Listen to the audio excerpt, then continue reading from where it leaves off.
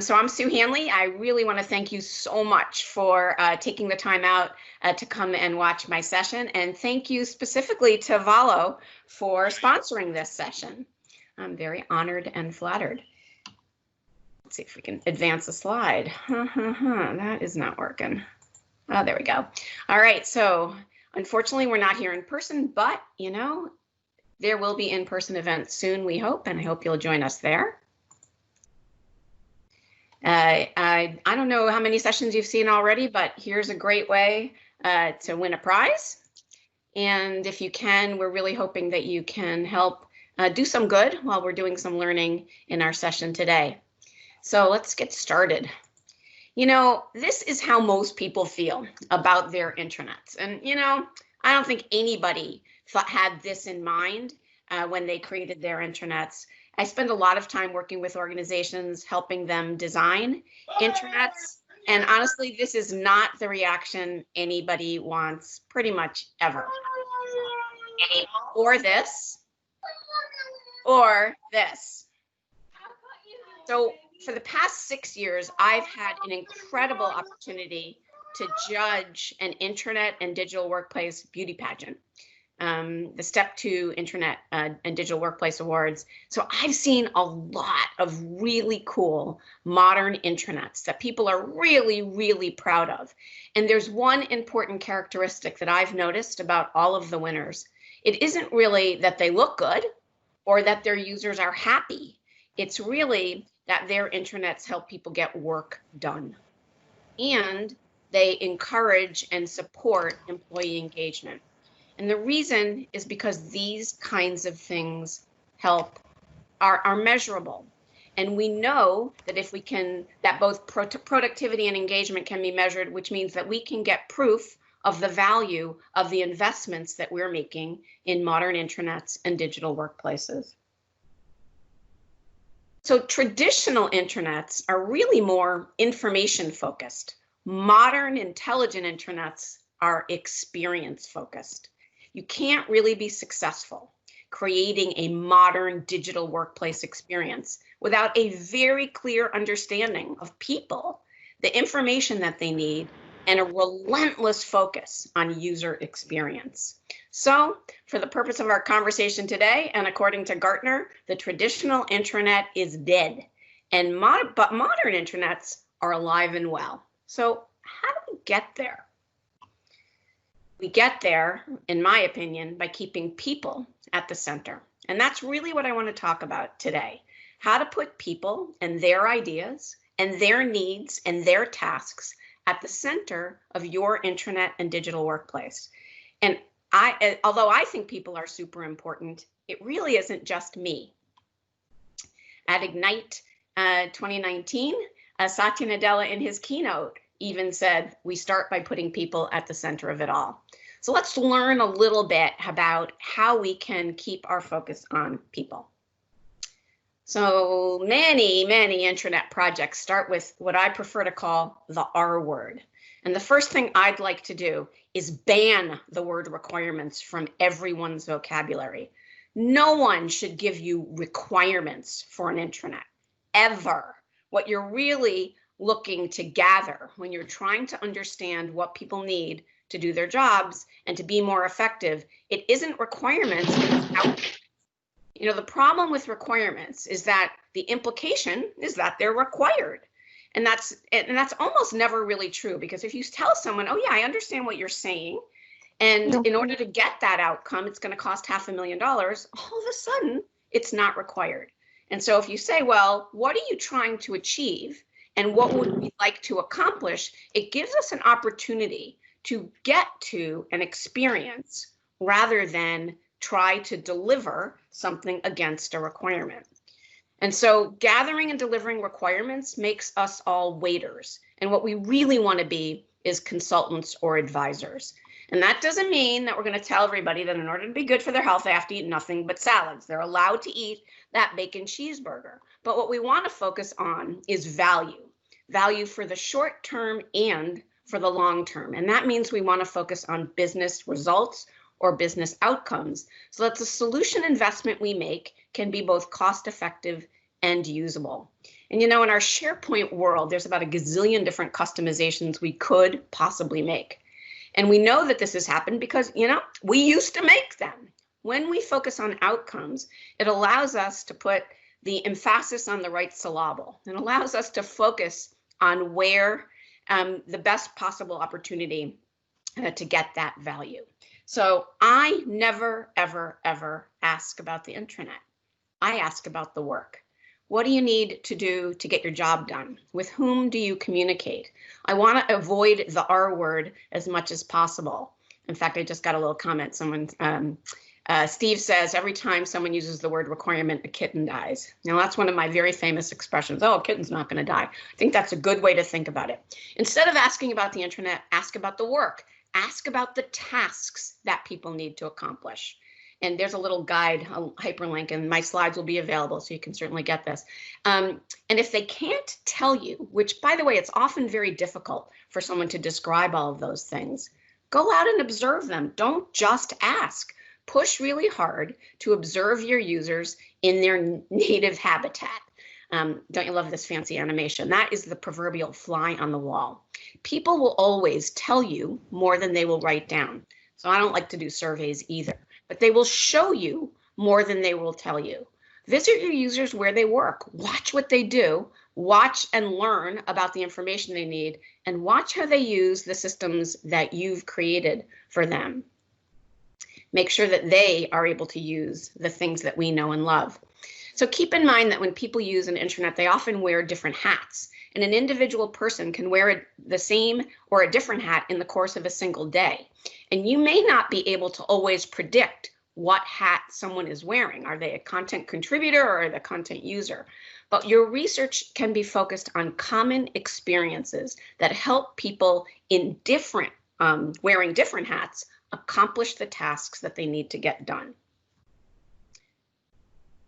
But don't just rely on interviews and focus groups and observation. Really effective outcome gathering also includes task analysis, and that requires some supporting data. And when I'm doing an intranet project, I am so doing the happy dance when I can get it. Now, can I always get it? No. And so we're going to do the best we can. But the more you can get information about how the current content is being used, which pages are visited the most, what documents are being downloaded or visited the most, that gives you an opportunity to plan and organize based on what people actually do, not some concept of what you think people need. We really want to supplement what we know from doing our research, our user research, with data. And no one, not even independent consultants like me, work in isolation, except for kind of right now, when we are all kind of working in isolation. But we're all working in isolation as part of an organization. And while individuals have goals, and we certainly want to keep people at the center, organizations have goals as well. And for me, the other thing I want to base my intranet research in is understanding the big rocks that the organization is focused on. It's always good to have that North Star framework to help us figure out what do our leaders care about, what does the leadership team care about, and how do they measure success? Because at the end of the day, what we really don't want to be is number 11 on the top 10 things we're going to do this year. You know, we don't want to be the sideshow. Our event, what we want to be is the main event. And I think your intranet can be the foundation on which you can build and deliver an exceptional digital workplace experience. But you need to make sure not to focus just on the technology. You need to focus on what people need and the scenarios that we're going to enable with that great technology. So I want to share a few different ways that I try and talk about the technology in order to communicate that people focus.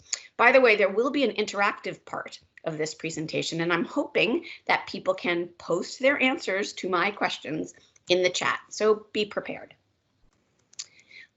So instead of talking about the word I hate almost more than anything else in the ecosystem, workloads, talk about experiences. not what you plan to deploy. Talk about a term that will resonate with regular people, not tech people, especially about how they're going to experience Microsoft 365. I mean, technically, sure, each one of the things you enable is a workload, but people don't really experience things one workload at a time. They really are experiencing or having experiences. So think about what people want to do, not necessarily the tool that you're going to tell them to use. So first we're going to find out what are you trying to accomplish, and then give them strategies and technologies to help them accomplish that goal.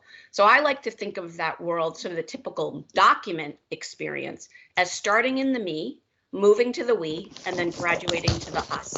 And so helping people think about file sharing experiences through that lens. That OneDrive is where I can view all of my files, whether it's my individual libraries or the libraries from the team sites or communications where I look at files. Teams is where I can look at all of the files and conversations that I have in the context of my work team. And then my intranet is where I can create files and pages to inform and engage a broader audience, where they're going to mostly come to consume that content, not necessarily to create that content. So I want to think about outcome experiences and file sharing experiences. And the file sharing experience is really something that Microsoft has changed over time. And yeah? We can see your screen. Sorry about that.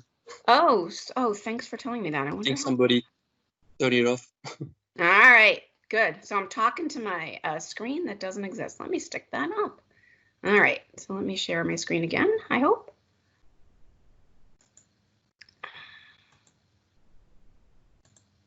Share desktop, share. Thanks for letting me know. Can you see my screen now? Can you hear me now? All right. Okay, so back to that file experience. So OneDrive is really your file viewer of the world. And when I talk about to people about sort of what that really means, oops, let me go back one. What I'm really trying to say is that OneDrive provides a place where you can view all of the files to which you have access in one single location. I also want to help people understand, and this is an eye chart that I'm not expecting anyone to read. I want to help people understand site experiences. You know, when do I use a team or team site?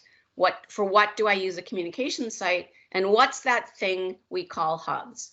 And you know, you can do the loop thing, the inner loop and outer loop, but I see a lot of what type of site do I need confusion. And I want to make sure that in the guidance that we're providing our users, that we're giving them a sense of what to use in which scenario. I also want to make sure that people understand the concept of the people I work with every day and the communities in which I interact that are part of the broader organization. And honestly, there was no announcement that brought me more joy than the idea that we could bring Yammer into Teams so that we could have that we experience, Galen's smiling at me, that we experience, that us experience, I'm sorry, in the context of our we experience where we're getting our work done. I think the purpose of a team and a community are distinctly different. So I come out of the knowledge management space, and communities have been around for a really long time. Yammer is one of, I think, the most effective tools to enable the conversation around communities of practice in the Microsoft 365 suite. But if I can bring you the power of the organization in the place where you're doing your work, I'm really creating an experience that can add value to you as a user. So as I said, another part of the area of confusion that I think we need to explain as designers of intranets is the conversation experiences. You've probably noticed that there's a lot of different ways to have conversations in Microsoft 365. And yeah, we could do that whole inner loop, outer loop, what tool to use when story, but instead, with my colleague Mark Anderson, we came up with a way of explaining all the different ways to have a conversation from the perspective of a sandwich. And I'd like to now, this is the part where I'm really hoping for a little interaction. I'd like to do the what to use when from the perspective of a sandwich. Okay, so again, people think in terms of what they want to do, not necessarily what tool to use. And that really is how we want to provide our guidance. So imagine that what we want to do is have a quick conversation. Hey, Galen, you want to go grab a sandwich? So in that scenario, what tool would we use? Please enter your answer in the chat. I wish there were prizes. Come on, somebody go for it. Otherwise, I'm just going to have to give you the answer. Right. Okay, great. I see a few wonderful answers, so I appreciate that. Yeah, so the answer to me is that's the perfect opportunity to use Teams. A quick, transitive, low important conversation. Perfect place is team chat. All right, now we'll get a little harder. Which sandwich shop should we order from now on for the department? So let's assume we're all back at work and we need to, and we're going to order food on a regular basis. Where would we have that conversation? Oh gosh, I'm seeing a couple of different answers, and I think you're all right. I think we're going to have that conversation maybe in a Teams channel, or now people are giving me specific tools. Michelle Gilbert would like us to use Polly. Paul, your answer does not count. He said WhatsApp. So the answer in this particular case is you could either, the answer for this one, actually, I'm a consultant. There's a 2-word answer to every single question, and I haven't yet said it. So if you're playing bingo, you're probably going to get a square. It depends, but I think there are, it depends on the context. Thank you, Steve. I think it depends on the context of the question, and all of those answers are perfectly correct. All right, now I want to go ask someone I don't know and haven't worked with before. Hey, I want to work on a sandwich with you. Thank you. Okay, email, not dead. I hate to tell you, we still have email. And I think you can still use it specifically with someone that you've never encountered before. It is a perfectly valid way to have a conversation. All right, now I want to know who knows about sandwiches, big organization. Somebody's going to know about sandwiches. Yep, and I think for this one, the right answer is pretty much Yammer. That's Yammer's thing. Who knows what? Now we have a little vote for Delve, and I think sure, you could go do a search in Delve, but a quick search of who knows about sandwiches is going to get you not just answers where people have updated their profile, but you'll also get answers from people who have not updated their profile or people who know people. So if I know that you know about sandwiches, you don't have to answer that question because I can say, hey, Galen knows about sandwiches. All right, so now we want to have a private conversation. We are about to start a sandwiches division.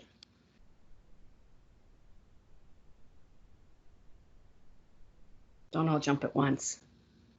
So yeah, I think everyone's giving me a lot of different answers. So private channel in Teams, 100%. And maybe sometimes actually this does happen in email as well. Private channel, it depends on the context, right? You have to be inside of a team in order to create a private channel. We see that sandwiches are trending up. Want to let you guys know. Yeah, this is one. Yep, so SharePoint has a play here. Yes, of course, we're going to use all of the communications channels that we have to reach the broadest audience. And we want to make sure that everyone has an opportunity. So critical communications never, this is the lesson I've learned from my comms colleagues, critical communications never have just one channel for getting out. You want to make sure that you reach people where they are. So we're probably going to use more than one channel. And then finally, we're firing the sandwich guy, and it's you. So just like I tell my son, I don't want to see any breakups over text. I don't even think email is the right way to do it, although today, maybe. But this is an opportunity where an in-person or at least a real-time phone call may be the way to go. So, we're getting an incredible number of great channels in which to have really critical and reusable conversations. But we're not saying that we still don't need people, and that there aren't appropriate conversations that are really best had in real time, as close to face as we possibly can. So thanks for participating. So another really critical way to think about putting people at the center is to create an experience just for those people. And one particular capability that makes a modern intranet especially compelling and engaging is when the information and the work that is presented to me is, well, quite frankly, all about me. Well, all about each of us, right? Highly personalized. My stuff, not necessarily all stuff. Make me want to go there. Show me some stuff I really care about. My tasks, my events, my links. And I think there's several different ways to get highly personalized experiences in your intranet today, and there are more coming in the future. So a couple of different ways to do that. You know, we have already audience targeting on pages in news. So highly recommended that you target news articles for the audience that is most interested in them. What's coming very soon, announced at Ignite, and possibly rolling out, hopefully sometime relatively soon, is the ability to personalize to that My Feed web part that we got teased about at Ignite. What I want to really see is my tasks and actions, my approvals, different ways to engage with my leaders. That's super easy to do today. Put that beautiful modern Yammer web part right on the homepage of the intranet. Allow me to engage in communities of practice. So there's a lot of different ways that we can, even today, make sure that we are targeting content to make that experience, well, all about each one of us. Rolling out now to a tenant near you is the long-awaited SharePoint home site. And what's really nice about the design for the home site is that it's a combination of curated us experience and targeted me experiences. We have web parts today that we've had for a really long time that show people the sites they visit the most frequently, that, you know, it's basically targeted to the logged in user, as well as the documents that they use most frequently. When we get to My Feed web part, we're going to have even more content. Again, in that beautiful home site design, you can have a combo pack of us experiences in the wider area and me experiences in the right rail, in the new vertical, the relatively new vertical column. What I really love about this concept is that it allows us to create an intranet home or a landing page that is not just about talking at people, but also targeting information to people. So we have a combination of us and we on our day-to-day workspace. So Microsoft has actually created, for those of you who are just getting the home site, there's some really great guidance in docs.microsoft.com about planning your SharePoint home site. I'm just going to put a little plug for this. So what I did on my quarantine lockdown is, since I haven't been traveling as much, I've had an opportunity to work with Microsoft on creating a lot of really amazingly helpful, I hope, new documentation that will land very soon. Some of it is already out and some will land over the next week or two to help you get started planning a modern intranet with as much detail as you could possibly want, planning a communication site down to the nth degree, and planning all kinds of modern experiences and helping you go from classic to modern in a really helpful way. So I really encourage you to look for that content, and I will very soon tweet out links to all of the, you know, what I did on my quarantine lockdown vacation-ish thing. Anyways, so back to the home site. So use the mega menu on the home site. Consider having that vertical section. Personalized web parts are going to make home feel like home. Another really great way to create these personalized experiences is Project Cortex. And as someone who comes out of the knowledge management space, the opportunity that we'll realize when Project Cortex lands it was even going to allow us to make content even more personalized. And the idea is to help me know what we know, which is the ultimate end goal for almost every knowledge management initiative. All right, so let's go back to exactly how we do this. So now we're going to so we know how to communicate it. Let's talk about it. So we plan to deliver services that solve business problems. We have a new way of talking about those problems. But honestly, before you get too far with your deployment, I think you need to think about the G word. Governance should not be an afterthought, especially for Microsoft 365. But here's the thing, you really cannot plan governance without understanding the needs of the business and the needs of the industry in which you operate. Governance first, to me, is about making key decisions and making it easy for users to comply with those decisions. And there are some all-up decisions that you want to make pretty soon when you're deploying Microsoft 365, such as, what's our policy about external sharing? Who can provision sites? Who's accountable and responsible for what type of content? What's the responsibility with freshness dating on our content? How can we avoid the Roach Motel, where content checks in and it never checks out? When we have that as our content management strategy, we really make it hard for people to find things because search finds too much. And so we really need to communicate and think about these decisions prior to getting too far. So when we lock things down and make it impossible for people to do their jobs, depending on how we make these decisions, and if we don't include the business, it really means thinking about the people who create a site. And when we lock things down, what happens? Well, for sure, exactly, is that people are going to find a way to get work done. They may go around your policies. So we need to think about, as we're planning for governance, balancing the risk and the benefit and the communications involved and training of giving people the information that they need and when they need it and in a way that they need it and allowing them to get work done. Governance first is also about a plan to clean up your digital garbage. And if you want to move to a modern intelligent internet, this actually should be your first step. Find all the .v1, .v2, .final, .really final, .this time I mean it _sh comments, versions of those documents that have no business living on your intranet. Let's use the tool. Let's use the versioning capability of SharePoint to cure the rampant disease that I call versionitis. And I'd prefer that you not move the garbage into the new house. So as you're thinking about governance, I want to make this as easy as possible. I think about governance all the time. And oftentimes people have said, if I just knew what questions or decisions I needed to make, it would be so much easier. So I've really been focusing on this a lot, and I've published this guide to Microsoft 365 governance questions. So it's really all about the key decisions you need to make for communications and collaboration inside your environment.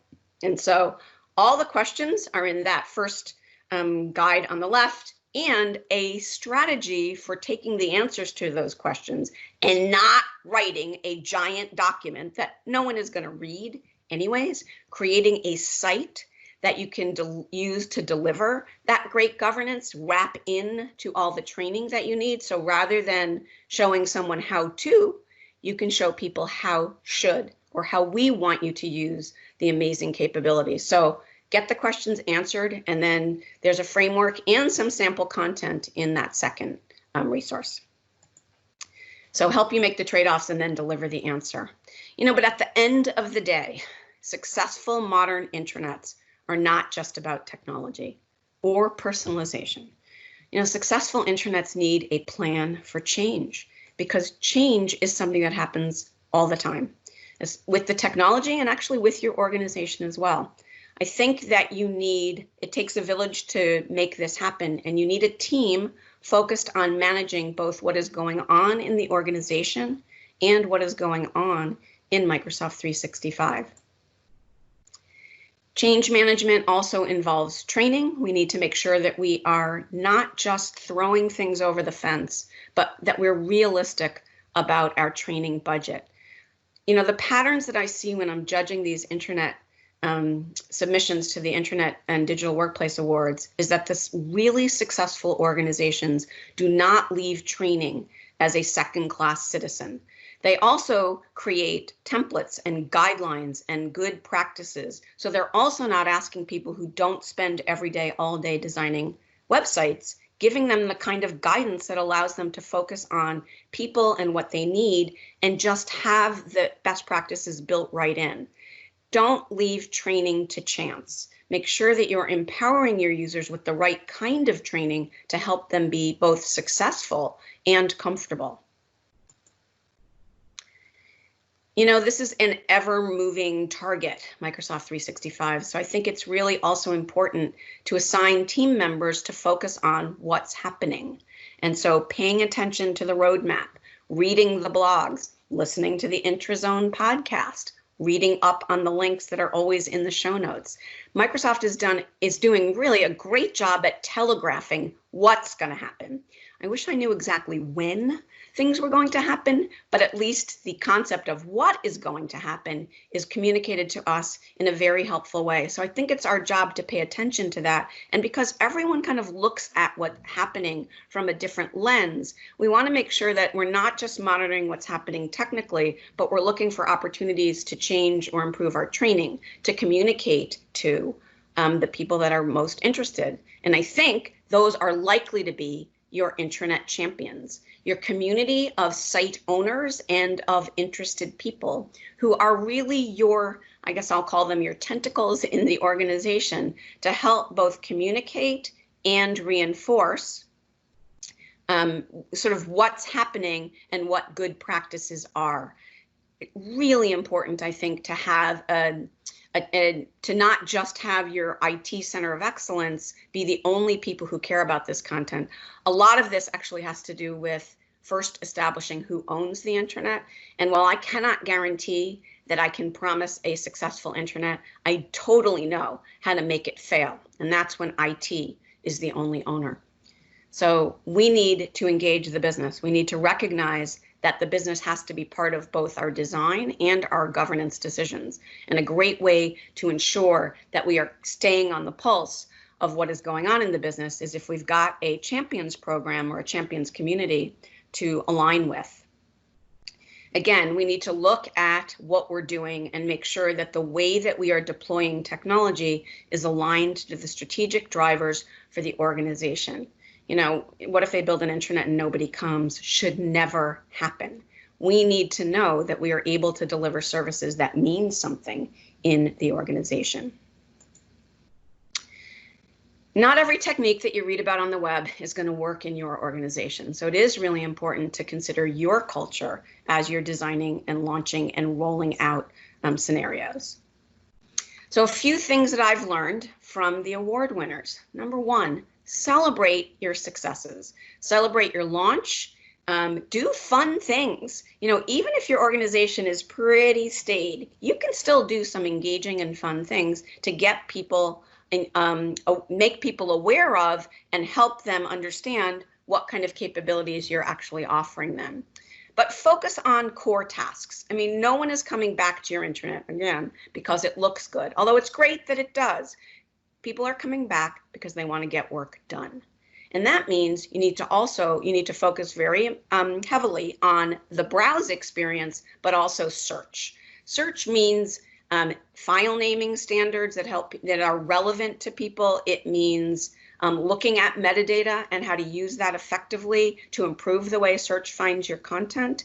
You know, leaving search to a project that you look at some point in the future is also not the right strategy. So the other thing I've noticed that these award winners do is that search becomes a work stream in the intranet application, or in the intranet project, just like anything else.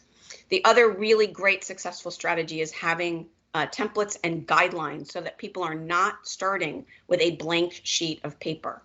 Although I think the baseline site designs that Microsoft gives us are okay when it comes to communication sites, I'm not a fan of any of them. And in fact, I'm going to delete half the things in the default one, which is the topic template, because it has capabilities that I don't think belong on any intranet homepage. So you have an opportunity to make it easy for your users to do the right thing by building a site design that is specific to your organization, that has all of your training linked right in, and basically provides people with containers in which they can drop their content so that they can focus on who's my audience, who's coming to my site, what do they want to learn, what do they want to do, and what do I need to communicate to them. But you can do it in a consistent way, following a consistent pattern, so that when I go from site to site, I'm not constantly thinking, oh my God, where am I? Who am I? What kind of organization am I in now? So training, again, is really important. And having a support community to help people get through this process is also really critical. So once again, people are not coming back to your intranet because it's entertaining or because it's beautiful. They're coming back because it's useful. And your call to people action is the following. Ban the R word. No more requirements. Ask about the work and observe people. It's amazing to me how when I actually observe people, these tools that I've created and I'm so vested in, and I see how they're struggling with things that I never even thought would be a problem. It's amazingly useful to see how people are using the technology solutions that you're building for them. Get that data, make it all about me. Understand what's important to the organization and use that to balance what you focus on and to pick those pilot experiences that are going to be the most helpful. Again, it's all about experiences, and think about governance before you think about everything else, and understand that the one thing about intranets is that they're really never done. And so we want to have a plan to change and to focus on what the business is changing and what the technology is changing, and come back to what we're seeing over time. So that's the gist of my story. Here's a variety of different ways that you can contact me. And the other thing I want to make sure that you know is that I've included a whole bunch of links and resources. Some of these are the new documentation articles that are just launching right now in docs.microsoft.com. And if you want to sort of understand what Gartner thinks are the elements of a modern intranet, here's a link where you can learn a little bit more about that. Hopefully, I've covered all of these in my talk, and I'm going to basically use this as an opportunity to thank all of our wonderful sponsors, in addition to Valo, who are making today possible, and ask that you please provide some feedback to me. I'm very interested in what you have to say and what you want to learn more about. So I'm here for questions, and let's make it happen.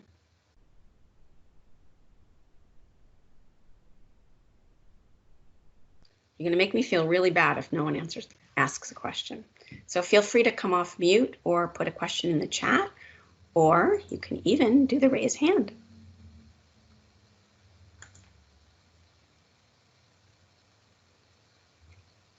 No questions. So one question is, where can I find the slide deck? It is going to go wherever I'm supposed to put them. I haven't really quite been able to figure that one out, but I will add this PowerPoint to the appropriate channel in Teams or wherever Galen tells me to put it as soon as we finish the call. Move or rebuild intranet in SharePoint Online? I don't know the answer. Tried to find me on Twitter. I am Susan Hanley on Twitter. I will put that in the chat. There's only one. So if you know me, you can call me Sue. If you would like to yell at me, you can call me Susan. What is the #1 miss in top-level navigation most companies make? That is a really difficult question to answer. I think there's no one right way to do navigation. Navigation should be highly personal. Here's one thing that I will tell you. Don't look at any of the award documents and look at the navigation that those organizations are using and treat them like, I'll take award-winning intranet for 400, Alex. You can't look at someone else's intranet navigation and say, oh, this is what I should be doing. I would say look at all of those examples as inspiration and guides to think about things, and take a look at the planning navigation for your modern intranet article on docs.microsoft.com. It's about to get a massive update, but there is a lot of guidance actually about what kind of things belong in intranet navigation. And I know that because I worked on very hard on updating it. Here's a great question, actually. Are intranets still sticking to the 3-click rule? And so what Sally means is it true that you should be able to find all of the content on your intranet in 3 clicks? The answer to that question is it was always a myth, never true, disproven in study after study after study. Your users are totally willing to click a 4th or 5th time, as long as that click is taking them closer to their destination. Now, that doesn't mean we should have gratuitous clicks in navigation, but what it means is, as long as your labels match where you're taking the user, that they are clear and compelling and resonate with the person following your navigation. No kittens are going to die with an extra click. What you're trying to do is minimize the time to get to the right answer. And that isn't click dependent. It's often label dependent. One of my favorite quotes about navigation is, if labels were married, they'd mostly be getting divorced because they tend to not keep their promises. So make sure that your labels, the names on your labels, are realistic. Avoid labels like useful links. What? The other ones aren't useful? Or quick links? Seriously, do you want any link to be slow? I mean, let's talk about what those things really are. And when we're presenting content to our user, let's use their language to communicate. Oh, do you think I care about this a little bit? Yeah. All right. Galen, any questions that you've been seeing that I really should address before we run out of time? So keep going. Let's see if I can look backwards in the chat. If anyone wants to come off mute, please feel free to do that. So here's a great question. How do we integrate Project Cortex into the intranet? So that is so it's a really good question. So part of the answer is you don't actually have to. So when you implement Project Cortex in your tenant, you're effectively creating a new type of site, which is this knowledge network type of site, which is a destination where I can go to find content that has been curated by the AI and supported by knowledge managers in the organization based on the topics that are discovered or, again, curated by the team in your organization that is setting up Project Cortex. The reason I say you may not have to is that if you're deploying Project Cortex and I am on any intranet page or an email or a Teams chat in which the content has the label for the topic about which we've got a collection of knowledge, the whole point of Project Cortex is to bring that knowledge to you in context. So simply by implementing it, you will actually be bringing the knowledge of the organization to your intranet. And so, yes, will there be work? 100%, but not as much, maybe not in the way that you're thinking, because the idea is once we've identified those topics, we can actually deliver that content to you in context. And that, by the way, is the holy grail of knowledge management from the mid-90s when I was responsible for it in my organization. Bring me the knowledge of us to where I am working in the place that I'm working so that I can take advantage of what we know collectively, not just what I know personally. And I think there's a huge amount of opportunity there. So Carissa has a comment about the vertical section, because when you're on mobile or a tablet, it floats to the bottom and there's nothing you can do about it. I don't have an answer for that. Yep, it is what it is. So I will tell you what I often tell people. Get over it. It's how it works. It kind of makes sense to me because honestly, remember that in most organizations, Corp Comm wants your focus and attention on that intranet. So I am totally fine if my me stuff floats to the bottom, because in the mobile app, there's actually lots of other ways to get to my me content as well. I can live with it. Where I'm not going to be super happy about it is potentially with the My Feed web part. In that case, don't use the vertical column. You don't have to. You're not required to use a vertical section. And implementing a home site doesn't force you into using a vertical section. If you take any one of your current sites, swap it to be the root of your tenant, and then give it home site superpowers, nothing changes about the layout of that home site. You still have control over how you organize your content. As long as you're paying attention to who's coming there, what they need, I'm okay with not using the vertical column. It's really a matter of what's going to be most beneficial in your organization.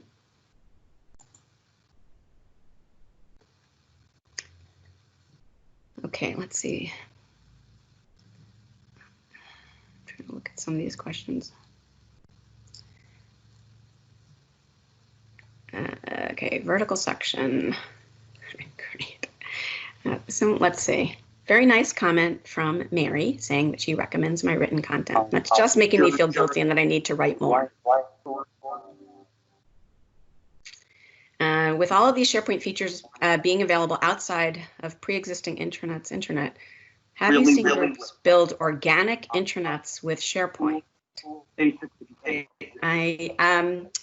if you want to come off mute, I do not understand that question. Sorry.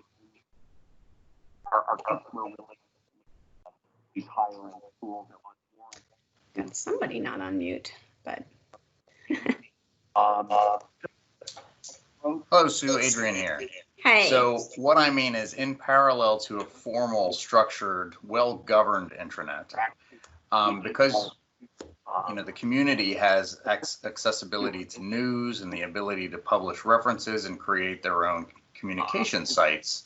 Have you seen sort of an organic news stream in parallel to the formal, structured news stream from a traditional intranet? Yeah, actually, I see that happening in a bunch of different ways. So in one of the larger clients that I have right now, every department, every functional department has their own intranet in which they can publish news. And the way you can consume that news as an end user is to just follow their site. So when you go to the SharePoint start page, you will get that news there. When you go to the SharePoint mobile app, you're going to get that news there. And we've also written a custom My News web part on the homepage of the intranet that pulls in all the news from all the sites that you're following and the organization entities that you belong to, so that content that is really for you gets targeted to you. Now, we built this before audience targeting, but audience targeting just enhances that even more. And so I think all of those things can help you. So that can give you a way to do kind of informal news and combined with formal news, which would likely be published on the main homepage of your site. In fact, tomorrow I'm going to talk about news and recommend some strategies about where you publish news in order to get it, give it the most visibility and the most oomph and impact. The other thing I see, the other way I see people doing that more informal colleague-specific news is in Yammer. And so people post links and news in that reaches a broad audience in their Yammer communities, and that's okay too.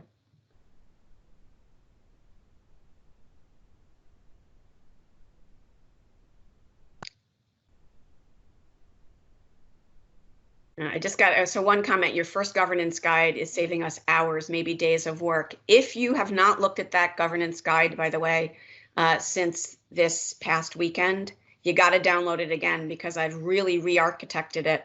So in one of my spare time projects, I'm working with Microsoft on all up governance content for docs.microsoft.com. And as a result of that, I've really been thinking how to align the governance questions so they make sense based on sort of how people deploy Microsoft 365 and those really front end decisions you want to make for Teams and for SharePoint and OneDrive, and trying to order them in a way that makes sense. So if you're going to look at it, go get the most recent version and wait. There'll be another sort of, I'd say not as big as what I just did over the weekend, but another big update as we get closer to wrapping up that new governance content.